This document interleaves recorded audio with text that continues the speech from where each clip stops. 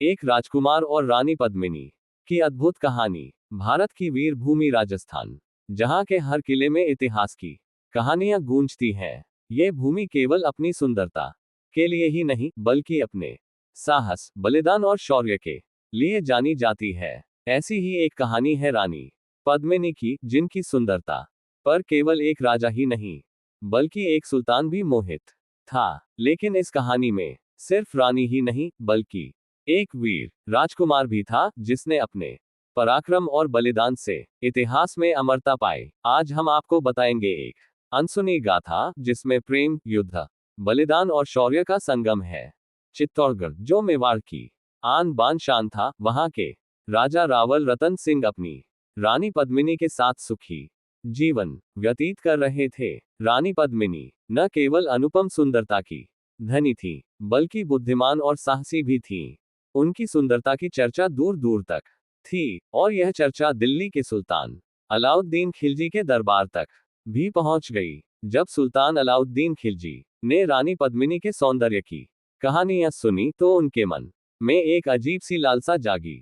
उन्हें किसी भी हाल में रानी पद्मिनी चाहिए थी।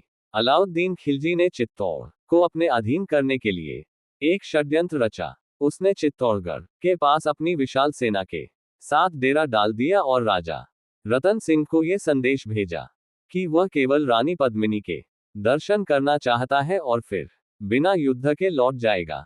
राजा रतन सिंह अपनी मेहमान नवाजी और शिष्टाचार के कारण अलाउद्दीन खिलजी को मिलने की अनुमति दे देते हैं, लेकिन वह धोखे से राजा को बंदी बना लेता है और शर्त रखता है कि यदि रानी पद्मिनी दिल्ली आएंगी तो ही वह राजा को मुक्त करेगा। इसी समय कहानी में प्रवेश होता है एक वीर राजकुमार का, जो राजा रतन सिंह के छोटे भाई समान थे और बचपन से ही उनके साथ युद्ध कला का अभ्यास करते थे।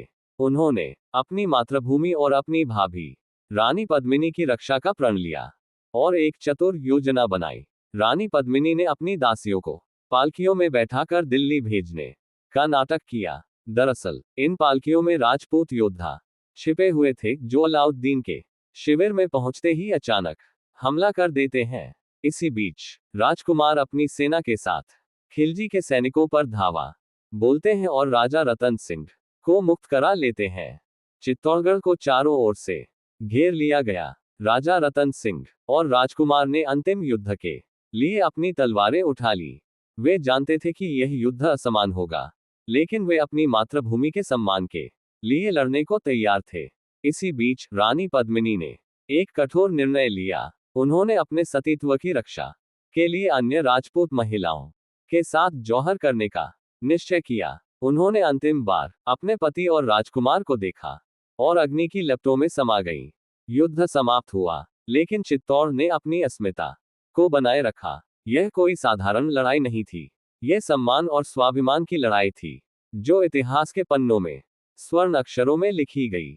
आज भी चित्तौड़ का हर पत्थर, हर दीवार इस बलिदान की गाथा को सुनाती है। राजकुमार, जो इतिहास के पन्नों में नामहीन रहे, लेकिन उनकी वीरता और बलिदान अमर है। और रानी पद्मिनी, जिन्होंने ये साबित कर दिया कि एक सच्ची नारी अपने सम्मान के लिए किसी भी हद तक जा सकती है। अगर आपको यह वीर गाथा पसंद आए हो तो इस वीडियो को लाइक करें, कमेंट करें और हमारे चैनल को सब्सक्राइब करें। ऐसी ही अद्भुत कहानियों के लिए जुड़े रहें।